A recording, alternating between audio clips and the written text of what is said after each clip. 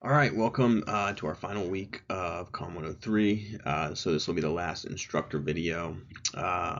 We'll talk about human-machine communication, which I'm pretty excited to talk about. This will be my first time kind of integrating this in the interpersonal class. I think, especially with some of the AI stuff that's really taken off in the past year, and this is kind of um, my sort of area of specializations, AI and technology. And so to be able to integrate it kind of in this class, I think it'll be pretty cool. So this will be a brief introduction into some of that literature. Um, and then before that, I'll talk about kind of the remaining assignments. So we'll just kind of get right into that. So still have a reading response due this Friday, and then you also have the podcast response. Basically, you're going to be whichever group that you didn't respond to last time, you'll be responding to this time. So, group 3 should be responding to group 2 to group 1, and group 1 to group 3. If you have questions about that, let me know. But I'll post those videos later today for everybody to have. So that should be pretty straightforward. And then the final paper is due on the 14th. Like I promised, I will work on getting a list of theories posted for you to kind of look at and kind of explore, look up. But the idea is for you to select a theory and then basically use kind of a philosophical framework from the class that we've talked about, or an idea from one of the books, etc., to kind of elaborate the theory, talk about further implications. So I'll post kind of from the syllabus, the description in my email. But as always, all of the information about every assignment in this course can be found in the syllabus. If you have questions, that's the first place to go. If that doesn't answer your question, send me an email. We can work it out. So that's it. Three things left. And then break. So, yeah, feel free to reach out with any questions. I think it should be pretty straightforward. So this week, Gunkel is the first kind of article called Communication and Artificial Intelligence. And basically what he's kind of doing here is he's saying there's basically a shift that's been kind of inaugurated by the rise of artificial intelligence. And he's writing this in 2012. So we've kind of been slow to adopt this shift that he's advocating for, that changes the way that we view the role of technology in communication. And so he's arguing that we should shift from this idea of computer-mediated communication to one of human-machine communication. And he kind of does this by talking about the transition from a transmission model of communication to one sort of more based on the Turing test. Transmission model, kind of small in the bottom of your screen there, is just this idea that basically messages are sent from senders to receivers through a medium, and this medium then is the technology, right? So it's the letter, it's the email, the voice, the sound, and basically this is the kind of traditional understanding of technology's role in communication. That technology is something that's between the sender and the receiver, and there's basically two humans on either side. And Gunkel says, well, we're starting to see these chatbots. This is obvious now, Chat GPT and things like this, where there is no human on the other side that's either sending or receiving these messages. And so he kind of talks about the Turing test, which is this kind of Alan Turing was a British mathematician and computer scientist who made this kind of alteration of this parlor game. Gunkel talks about this, where basically somebody would stand, two people would stand behind a curtain, somebody would stand in front of the curtain, and they would kind of guess. The people behind the curtain, one's a man, one's the woman. They try to guess accurately who is who.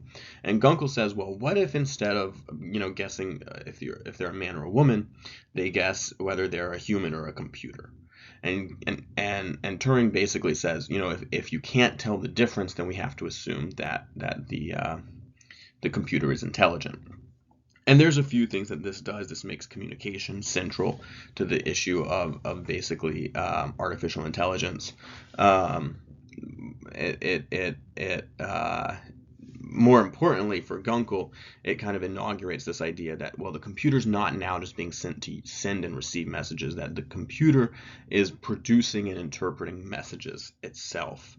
Um, and there's kind of some, significant implications to this. Now, how do we conceive of these things that are sending and receiving messages that aren't human? That this is a fundamentally different kind of communication. I mean, I think, um, so I recently was talking with a friend who was talking about how their Apple Watch woke them up in the middle of the night, saying, your heart rate is way faster than it normally is. So this wasn't a message that like they had received from their doctor, or that kind of had any sort of original human sender, but it was a message that they were, it turned out they were having a nightmare. It wasn't a big deal. But that, how do you understand where this message has come from? Think about even more something like a smart fridge, where I've heard of people who have these smart fridges that will then send them messages of, look, you need to go get some eggs.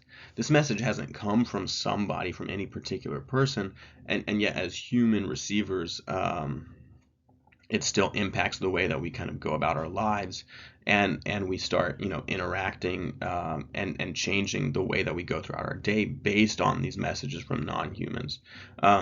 So it doesn't work with this kind of sender receiver model where technology just plays this middle role. Now technology has, slid down on either end, and Gunkel's saying basically we need to develop ways to kind of account for this. He says, kind of dramatically, he says, communication as we know it is over. Kind of developing this further, the Guzman and Lewis article developed basically a research program for human-machine communication. So the first kind of aspect is what are the functional aspects of human-machine communication? What does this non-human communicator do, right? And we see this. There's different roles. Like the smart fridge is playing a very different role than the Apple Watch, which is playing a very different role than ChatGPT, which is playing a very different role than Sandry in the next article. I believe talks about basically a bot that is checking in on you. Remember to check your posture. Remember to pause and take a deep breath, like a wellness bot. That's a very different function. So even, within non-human communicators, not all of them do the same thing. Not all of them send the same kinds of messages. So we need to take into account this functional sort of aspect. The second one is the sort of relational aspect. This is where people can kind of have a lot of fun. How do you relate to Siri? How do you understand that sort of social relationship that you have with Siri? How do you understand that relationship that you have with ChatGPT? This is one that's really hot in higher education right now, right? Is ChatGPT an author? Is it writing your papers for you, or are you using it like an editing tool? It's kind of blurring the lines between function and relation, but how you conceive of your relation might change how you conceive of the function of something like ChatGPT. So this is another aspect. And finally, they get into kind of metaphysical questions, right? That especially thinking back to the Turing test, what does it mean to be human? Is being human simply passing as human, not being able to tell that you're communicating with a computer rather than a machine? What does it mean to communicate? Is communication just the proper use of language, or is there something more to communication? So these are the kind of the three aspects that they say. If we want to understand artificial intelligence and communication, this is what we need to talk about. I'm blazing through these because I know it's the last week and everybody's tired. Sandry, last one, beyond the human like other. Basically, what Eleanor Sandry does in this article is she says, our impulse in designing these technologies is to design them to be like humans. That Siri either has a male voice or a female voice. That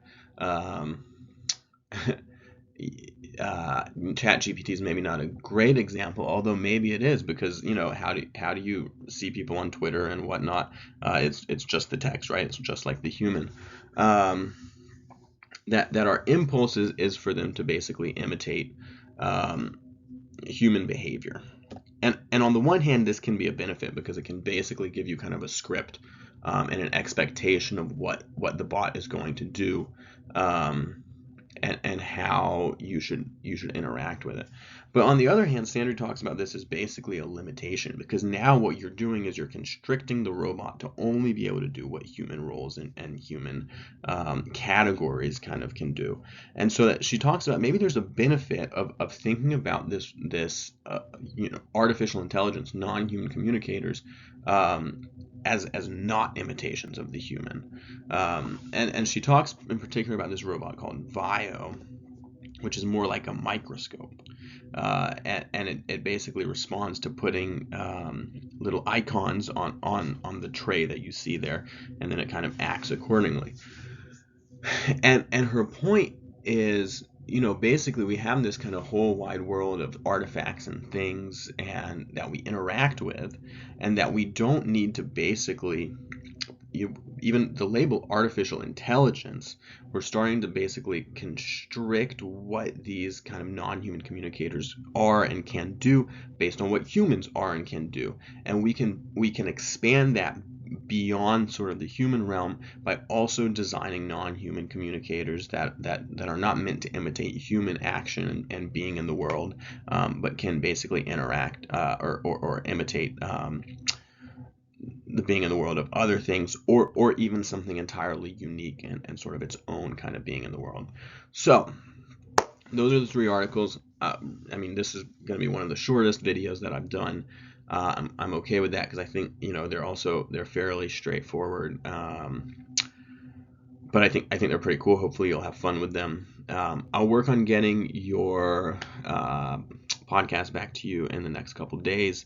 Other than that, send me an email with any other questions. We are almost there to the end. I think that the semester should wrap up nicely, but as always, I'm here if you need anything. All right, have a great week.